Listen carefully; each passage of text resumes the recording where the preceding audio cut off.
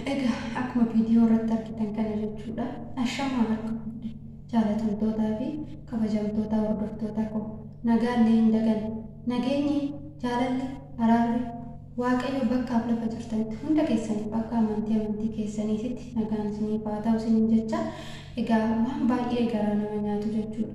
Dhugaatti dubbachuudhaaf miidhaan garaagaraa hedduutu nurra gahaa jira. Biyya namaa kana keessatti hedduu ijoolleen keenya miidhamaatii jiru. Ijoolleen keenya rakkachaatii jiru.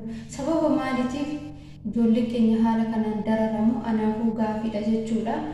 Sababni tokkoffaan tiksee gaarii hin qabnu. Amma hoolaan tiksee gaarii hin qabne takka akkam taati? Hoolaan tiksee gaarii hin qabne yeroo hundumaatu jechuudha. Yeroo hundumaa tarii yookaan bineensa nyaata, tarii namatu rukutaa, wantoota garaagaraa taate jechuudha. Kanaaf nullee akkas taanee laata waan jedhu tokko jechuudha. Tokkoffaarratti gaafa biyyaa baanu nama gaarii yookaan dallaala gaarii dallaaluma jedhama dallaalli gaarii hin jiru kan maallaqa keenya nyaatee biyyaa nu baasu jechuudha.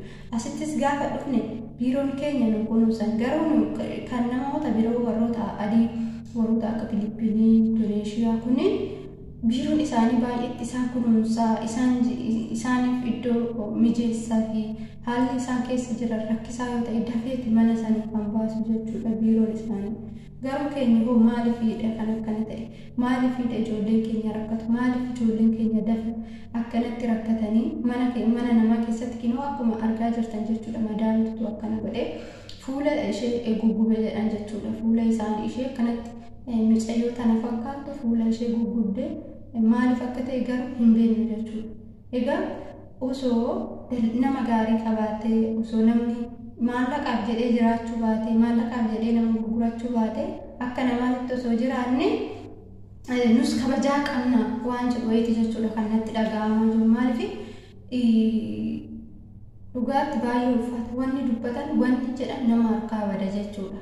Wanni dubbatan wanni jedhan nama harkaa bada. Maaliif biiroo amma ijoollee keenyarra miidhaa hedduutu gahaa jira. Kan maraatanii badan meeqa jira? Kan maraatanii akka sammuu ta'an meeqa jira? Kan immoo akkanatti gubanu bifa ishiitii baasanii qaama miidhamaa godhanii jechuudha. Haala kanaan immoo namni namatti taphachuu jechuun baay'ee ulfaataadha.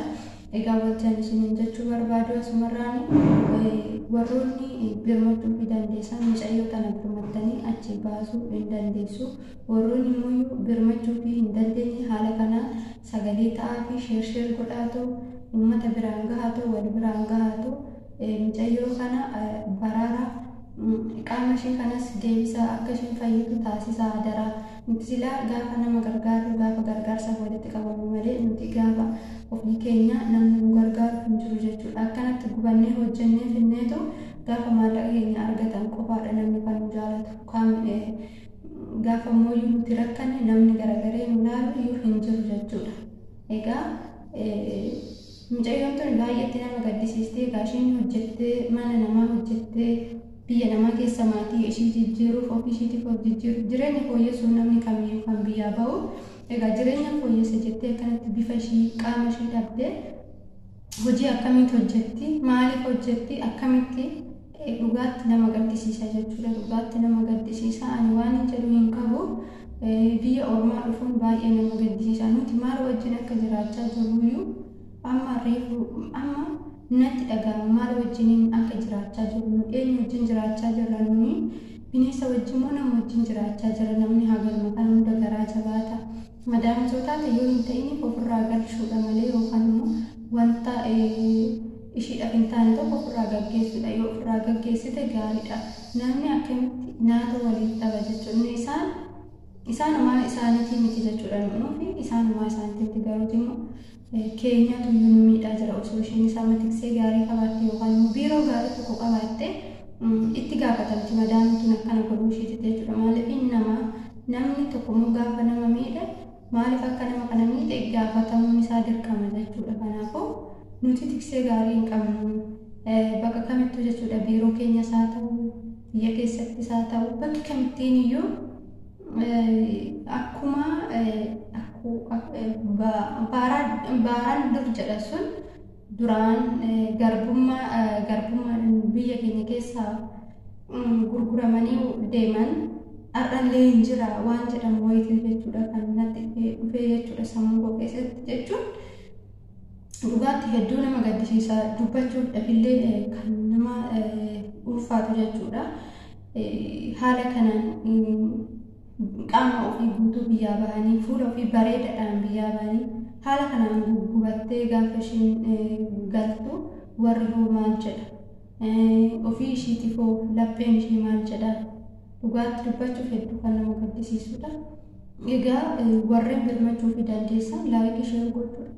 Obboleettii keenya kana birmadhaa fi baraara'ee egaa namoota walii birmatan lammii jedhanii sabni ofii immoo saba ofiitti haguma beellee ta'u jechuudha. Warroonni immoo mana madaama keessa jiraatan of eeggannoo guddaa godhadhaa. Madaama keessan eeggadhaa ajajamaa fi dhugaatti dubbachuudhaaf waan barbaadelloo isin ajajan ishii malee tolee malee waan biraan dubbatinaa okey hizeen bakka. Kana garuuti immoo waaqayyo nama hamaa akkana namarraa haa qabu osoo laalu kan nama gubu osoo laalu kan nama ajjeesu osoo laalu kan nama miidhu nama akkana waaqayyo namarraa haa qabu jechuudha. Egaa qophiin kiyyaa asirratti xumurata jechuudha viidiyoo kiyya hanga viidiyoo biraatti walitti deebinutti laayik sheer waliif gochuudhaan akka nu bira dhaabbattanii fi akkasumas ijoollee rakkattoota kanneen warreen dandeessan akka rakkina keessaa baastan jechuudha. Kan akka gannii oroofaa irra caalatti jechuudha gannii dhuma kan nuuf dubbatu silaa nama bira baay'inaan hin jiru. Egaa mucayyoon kun qaama isheetti deebi'uu qabdi.